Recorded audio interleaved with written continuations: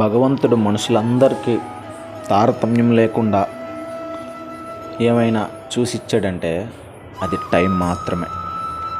డబ్బున్నోడికి, డబ్బు లేనోడికి, పేదోడికి, మధ్యతరగతి వాడికి, రాజు, బంటు, పేద, రోద ఏ భేదం చూడకన్నా ఒకేలాగా ఏదైనా ఇచ్చాడు అంటే టైం. అందరికీ ఒకేలాగా ఇచ్చాడు. దాన్ని వినియోగించుకోవడంలోనే ఒక్కొక్క మనిషికి ఒక్కొక్క తేడా ఉంది. మనిషి జీవితం 3/8 అంతే. సింపుల్లో చెప్పాలంటే 3/8 24 గంటలే మన జీవితం.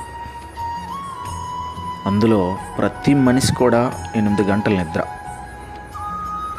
8 గంటల వర్క్, మిగిలిన 8 గంటల్లో 4 గంటలు ఫ్యామిలీకి ఇవ్వాలి. ఇంకా ఉన్న 4 గంటల్లో 2 గంటలు మన సెల్ఫ్ గ్రోత్ కోసం వాడుకోవాలి.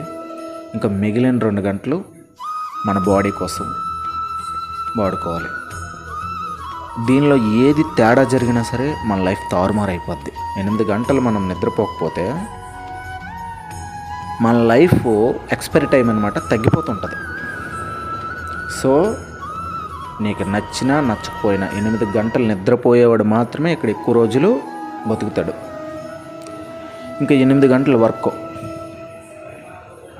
వర్క్లోటి ఏముంది లేరా అని టేక్ ఈజీగా చేసుకొని నువ్వు వర్క్ తగ్గించుకున్నావా, నీ మిగతా టైం టేబుల్ అంతా మారిపోద్ది.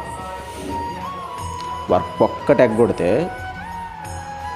ఫ్యూచర్ మారిపోద్ది, నీ ఆర్థిక పరిస్థితి మారిపోద్ది, నీ కుటుంబం పరిస్థితి మారిపోద్ది. వర్క్ ఉంటేనే ఆదాయం ఉంటేనే మిగతావన్నీ కూడా మనకు టైం ప్రకారం జరుగుతాయి. ఇంకా 4 అవర్స్ ఫ్యామిలీ టైం. ఇవన్నీ చేస్తుంది ఫ్యామిలీ కోసమే. సో ఫ్యామిలీ టైం అనేది చాలా చాలా పాజిటివ్గా ఉండాలి.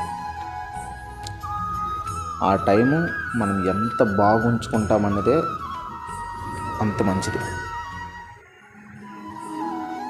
ఇంకా మిగిలిన 4 గంటలు సెల్ఫ్ కోసం, అంటే మనం ఇంక్రీజ్ అవ్వడానికి 4 గంటలు ఉన్నాయి. ఆ 4 గంటల్లో 2 గంటలు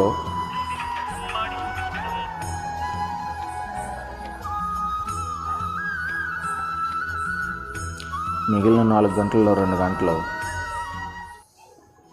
బాడీ ఎక్సర్సైజ్ అని, యోగా అని, మెడిటేషన్, రన్నింగ్, నడవటం, మ్యూజిక్ వినటం,